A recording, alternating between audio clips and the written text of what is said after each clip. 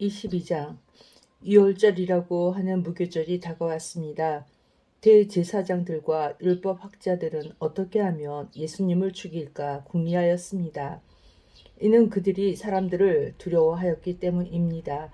사탄이 12제자 중 하나인 가룟이라고 하는 유다에게로 들어갔습니다. 유다가 대제사장과 성전 수비대장에게 가서 예수님을 그들에게 어떻게 넘겨줄지를 의논하였습니다. 그들은 기뻐하면서 유다에게 돈을 주겠다고 약속했습니다. 유다도 찬성하고 사람들이 없을 때 예수님을 그들에게 넘겨줄 적당한 기회를 찾았습니다. 유월절 양을 희생제물로 바치는 무교절이 되었습니다. 예수님께서 베드로와 요한을 보내면서 말씀하셨습니다.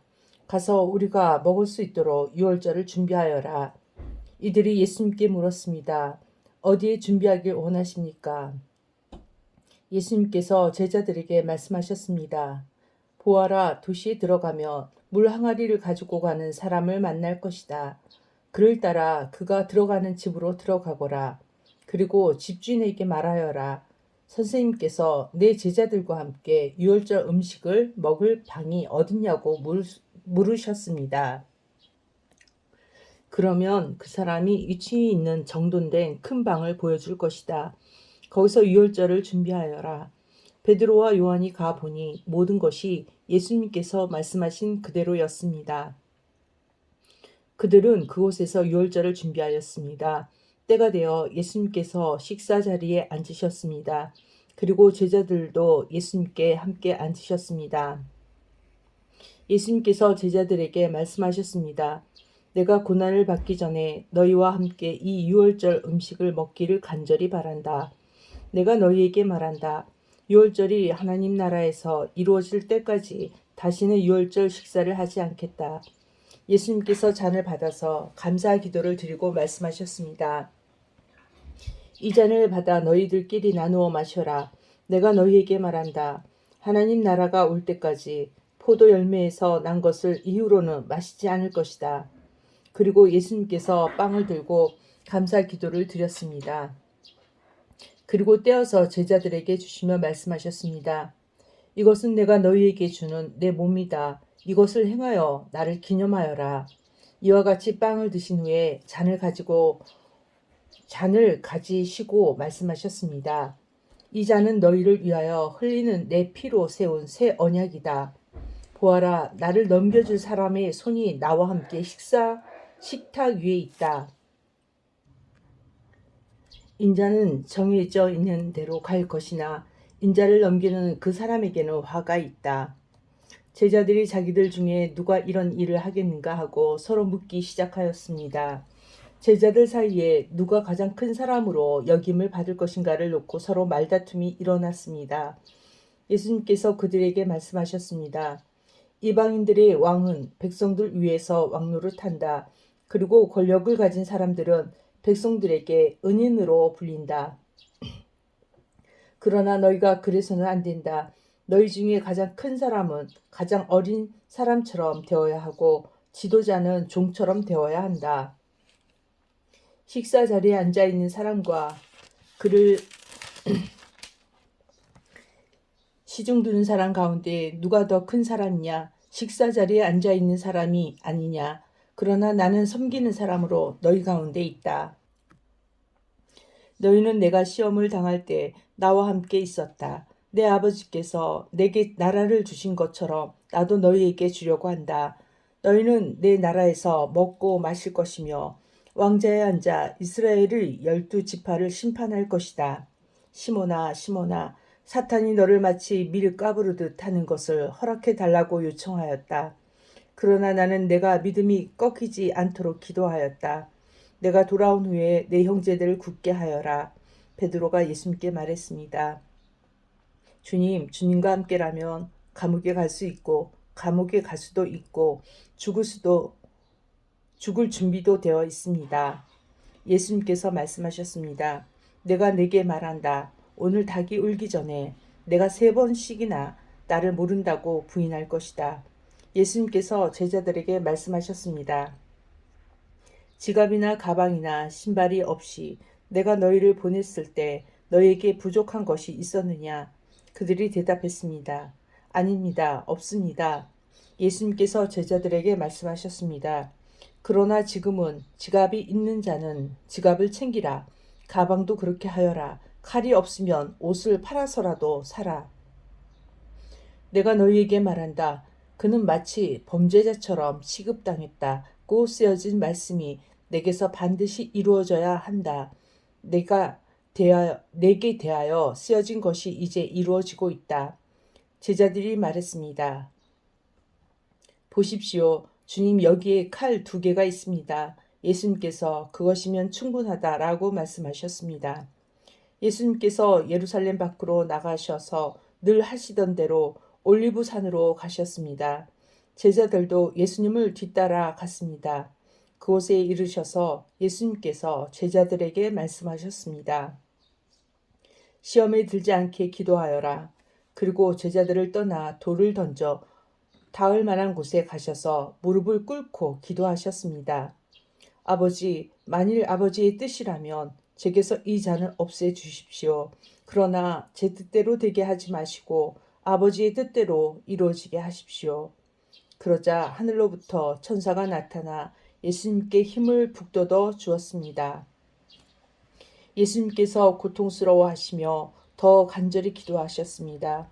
땀이 마치 핏방울처럼 땅에 떨어졌습니다. 예수님께서 기도하기를 마치시고 일어나 제자들에게 가셨습니다. 그리고 제자들이 슬픔에 지쳐 잠들어 있는 모습을 보셨습니다. 예수님은 그들에게 말씀하셨습니다.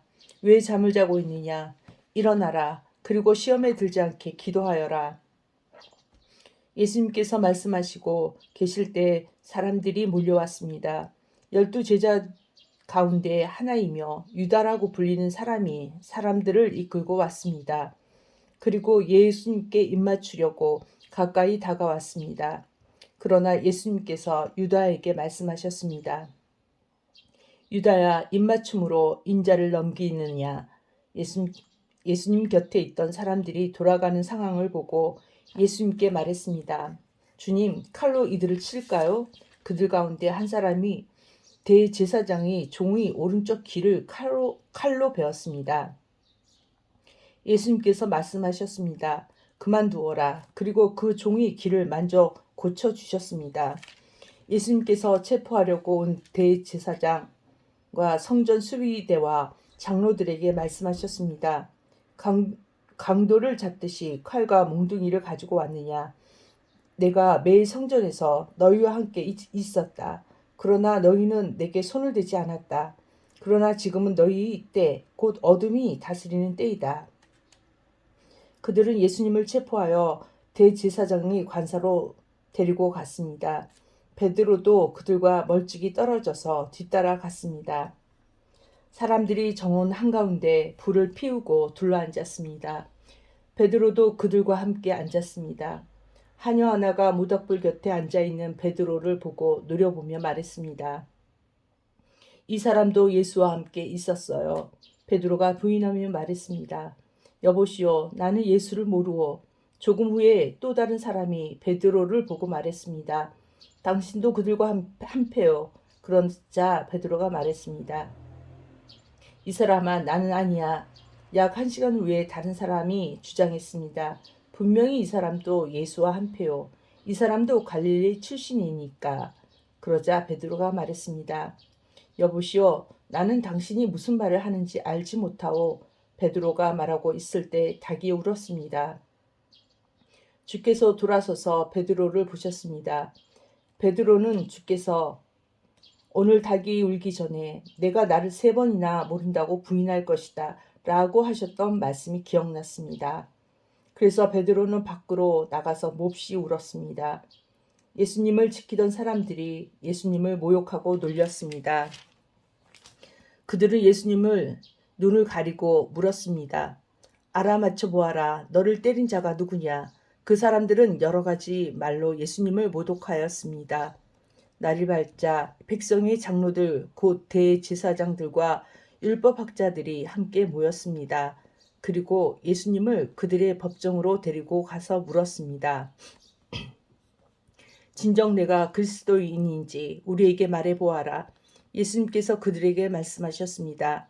내가 너희에게 말해도 믿지 않을 것이다. 또한 내가 물어도 너희가 대답하지 않을 것이다.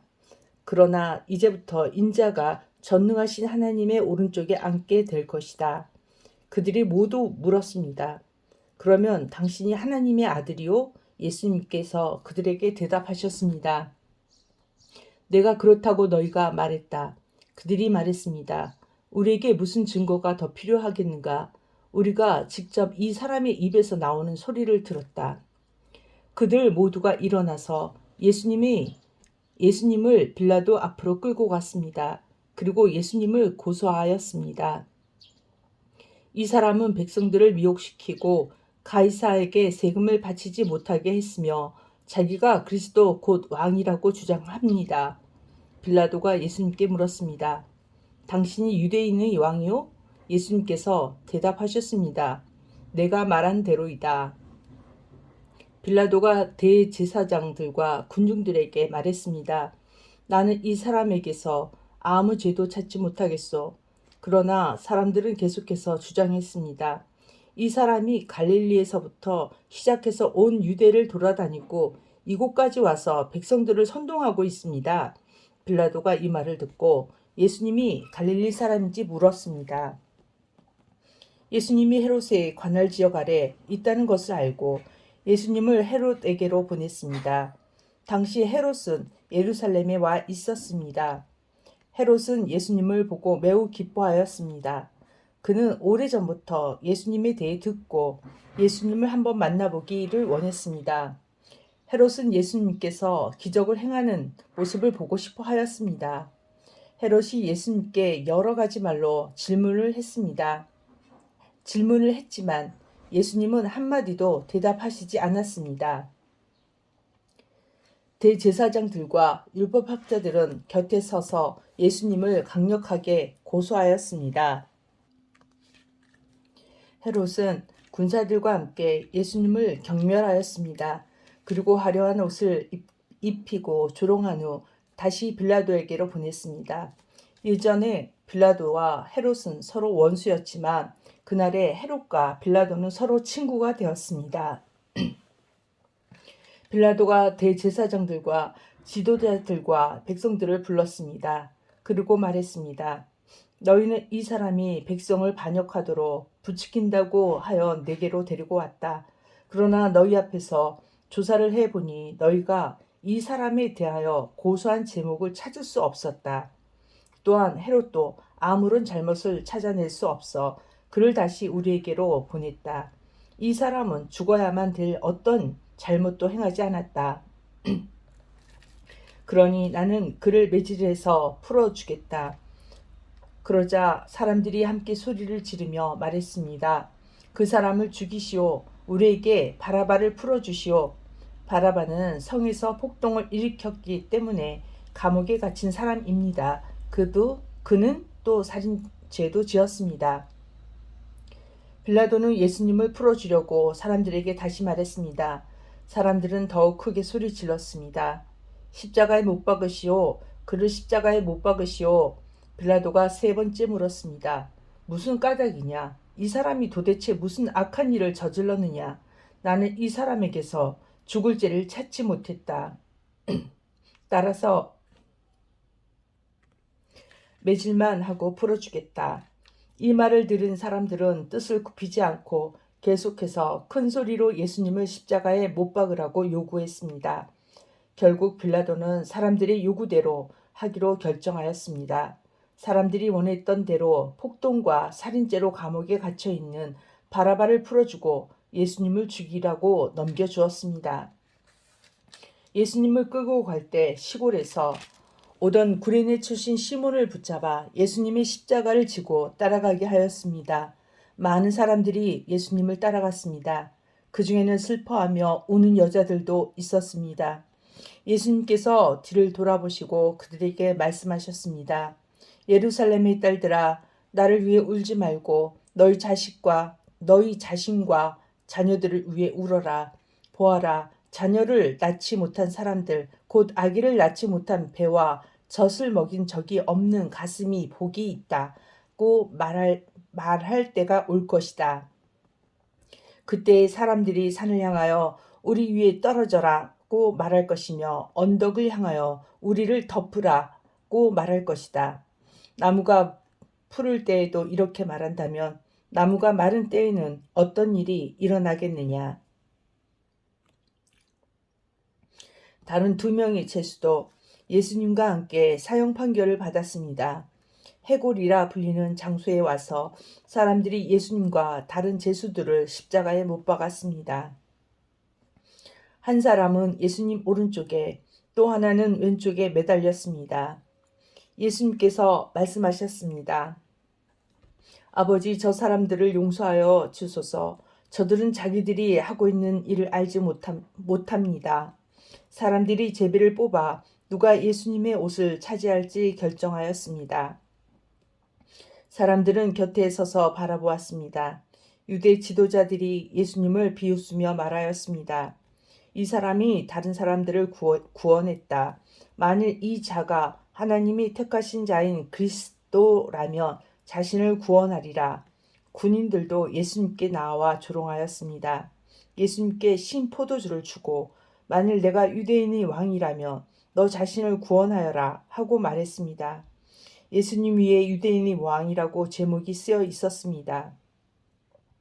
예수님과 함께 십자가에 달린 죄수들 가운데 하나가 예수님을 욕하며 말했습니다. 내가 그리스도가 아니냐? 내 자신과 우리를 구원하여라. 그러나 다른 죄수가 그를 꾸짖으며 말했습니다. 너도 같은 벌을 받았으면서 하나님을 두려워하지 않느냐? 우리는 우리가 저지른 일 때문에 마땅한 벌을 받는 것이지만 이분은 아무런 잘못을 행한 적이 없으시다. 그리고 예수님께 말했습니다.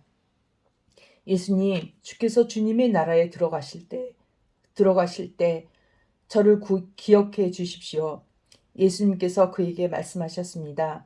내가 진정으로 내게 말한다. 오늘 내가 나와 함께 낙원에 있을 것이다. 정오 때쯤에 어두움이 온 땅을 덮어서 오후 3시까지 계속되었습니다. 햇빛이 사라지고 성전의 휘장이 두 쪽으로 찢어졌습니다. 예수님께서 큰 소리로 부르짖으셨습니다. 아버지의 손에 내 영혼을 맡깁니다. 이 말씀하신 후 예수님께서 돌아가셨습니다. 백부장이 그 일어나는 일을 보고 하나님께 영광을 돌리며 말하였습니다. 분명히 이 사람은 의인이었다. 이 일을 구경하러 모인 많은 사람들도 그 일어난 일을 보고 가슴을 치며 돌아갔습니다.